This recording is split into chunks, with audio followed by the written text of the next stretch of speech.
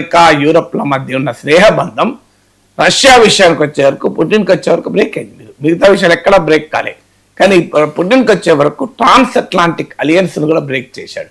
American డాలర్కు పోటీగా ఒక global challenge విసిరాడు. అందుకే మీకు బ్రిక్స్ సమావేశాల్లో కూడా బ్రిక్స్ కరెన్సీ అని ప్రతిపాదించింది పుటినే. వాస్తవంగా మన ఇండియా ఇప్పుడు ఇంత సమీప భవిష్యత్తులో లేదని కూడా అన్నాడు. ట్రంప్ చాలా తీవ్రంగా స్పందించాడు పుటిన్ ప్రతిపాదనకు. సో అందువల్ల అమెరికన్ ఆధిపత్యానికి రష్యా ఒక సవాలుగా తనకు తాను ఎమర్జ్ కాకపోయినా ఇతర దేశాలను ముఖ్యంగా చైనాను కలుపుకొని తన వ్యూహాత్మకమైన అడుగుల ద్వారా రష్యా ఒక ఎమర్జ్ అయ్యాడు. సో ఎమర్జ్ కావడము ఇదంతా జరుగుతుంటే అమెరికా ఏమీ చేయలేని పరిస్థితిలో ఉండిపోయింది. అంటే జార్జియాపై అటాక్ చేస్తే అమెరికా ఏం చేయలేకపోయింది, క్రిమియాపైన అటాక్ చేస్తే ఏం చేయలేకపోయింది. ఆఖరికి 2022లో ఉక్రెయిన్తో అటాక్ చేసి ఒక రకంగా నాటోతో పరోక్ష యుద్ధానికి దిగాడు.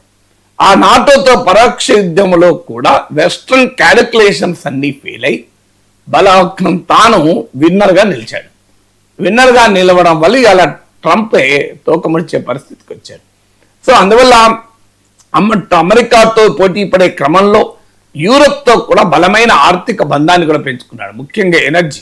ఒక దశలో అయితే nearly 50% of European energy requirements రష్యానే మీట్ అయ్యాయి. ఈవెన్ టుడే ఉక్రెయిన్ వార్ తర్వాత కూడా Russian liquefied natural gas LNG exports లో 51% యూరోప్కి వెళ్తాయి. So North Stream pipeline అని చెప్పి ఏకంగా రష్యా నుంచి జర్మనీకి పైప్ లైన్ వేసాడు. సో అందువల్ల అటు యూరప్తో వ్యూహాత్మక బంధం పెట్టుకున్నాడు, ఇటు చైనాతో బంధం పెట్టుకున్నాడు, భారత్తో బంధం పెట్టుకున్నాడు. ఒక రకంగా తన అమెరికన్ యజమాని ప్రపంచంలో ప్రశ్నించడంలో పుటిన్ చాలా కీలక పాత్ర పోషించాడు. ఇక 4వది సోవియట్ హిస్టరీ మనం తీసుకుంటే, అంటే జార్ చక్రవర్తుల కాలం నుంచి కమ్యూనిస్ట్ సోవియట్ యూనియన్ రోజుల నుంచి కూడా Soviet is mainly towards west.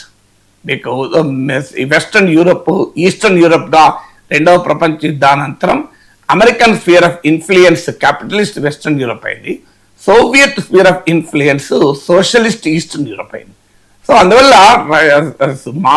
పేరుకు ఏషియాలో కూడా ఎక్స్పాండ్ అయిన ఎంటైర్ వెస్ట్ వరల్డ్ లుక్ ఉండేది రష్యాకు.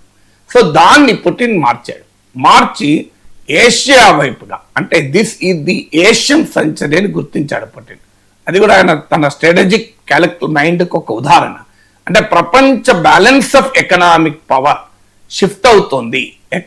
Balance of economic power shift అయితే బ్యాలెన్స్ ఆఫ్ పొలిటికల్ పవర్ కూడా షిఫ్ట్ అవుతుంది అని గమనించి ఈ ఏషియా వైపు చూడడం మొదలుపెట్టాడు. మీకు ఉదాహరణకు మీకు 2013లో రష్యన్ ట్రేడ్లో 26% ఇండో పసిఫిక్ ప్రాంతంతో ఉండేది. అంటే ఇప్పుడు మనం ఇండో పసిఫిక్ అంటే ఇండియా, చైనా, ఈ ప్రాంతం ఒక రకంగా ఏషియా ప్రాంతం.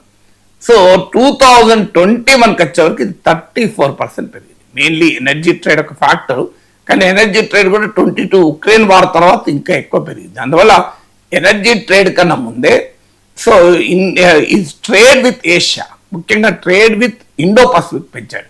సో రష్యా పుటిన్ గుర్తించింది the world is moving towards an Asian century అని.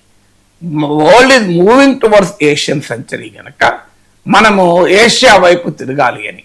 ఒక్క చైనాతో, ఇండియాతో రిలేషన్సే కాదు, ఈవెన్ అమెరికా మిత్ర దేశాలైన యునైటెడ్ అరబ్ ఎమిరేట్స్తో, ఇతర అరబ్ దేశాలతో సంబంధాలు పెట్టుకున్నాడు.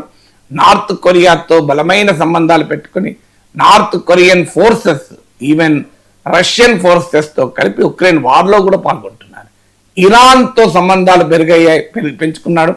ఇరాన్ ఇచ్చినటువంటి డ్రోన్లు కూడా ఉక్రెయిన్ వార్లో వాడాడు. సో అంటే ఒక రకంగా అమెరికన్ ఇన్ఫ్లుయెన్స్ను ఛాలెంజ్ చేస్తూ, అమెరికన్ ఇన్ఫ్లుయెన్స్ అండర్మైన్ చేస్తూ మీకు ఇండో పసిఫిక్ ప్రాంతంలో పెట్టాడు. ఈ ఏషియాకు షిఫ్ట్ పుటిన్ పెద్ద స్ట్రాటజిక్ అడ్వాంటేజ్ అది. సో ఇది 4వది. 5వది Ukraine war. Ukraine war was చావోరేవో. Ukraine war breaking point or making point for Russia. అంటే ఒక డిఫైనింగ్ మూమెంట్ అంటారే. అంటే ఉక్రెయిన్ వార్లో రష్యా కనుక ఓడిపోతే that is the end of the Russia. So Ukraine వార్లో రష్యా కనుక గెలిస్తే that is the big challenge to Europe. అందువల్ల ఉక్రెయిన్ వార్ ఏదో రష్యా ఉక్రెయిన్ వారే కాదు, వెస్టర్న్ హెమిస్ఫియర్ లో ఒక ఆధిపత్యానికి జరుగుతున్న యుద్ధం అది. అంటే యూరప్ అమెరికా ట్రాన్స్ అట్లాంటిక్ అలియన్స్ ఏంటంటే నాటోను రష్యాకు సమీపం వైపు ఎక్స్పాండ్ చేశారు. ఇక మిగిలిందల్లా ఉక్రెయిన్. ఇక నాటోను రష్యన్ పొలిమేరల్ లాగా తీసుకొచ్చి రష్యన్ ఛాలెంజ్ను కంప్లీట్గా లేకుండా చేద్దామనేది అమెరికా యూరప్ల వ్యూహం. ఆ ట్రాన్స్ అట్లాంటిక్ స్ట్రాటజీని గమనించి ఉక్రెయిన్ వార్లో అగ్రెసివ్గా నిలిచాడు పుటిన్. ఇక్కడ అమెరికా యూరప్ క్యాలిక్యులేషన్స్ అన్నిటినీ ఫెయిల్ చేసి ఇలా ఉక్రెయిన్ వార్లో బ్యాటిల్ ఫీల్డ్ అడ్వాంటేజ్ పొంది 20% ల్యాండ్ తన చేతిలో పెట్టుకొని ఈ నౌ కాలింగ్ షాట్స్. ట్రంప్కు గంగవీరలు ఎత్తిస్తున్నాడు. ట్రంప్కి ఏం చేయాలో అర్థం కాని పరిస్థితి వచ్చింది. యూరప్ నిట్ట నిలువునా చీలిపోయింది ఉక్రెయిన్ వార్ విషయంలో ఏం చేయాలని.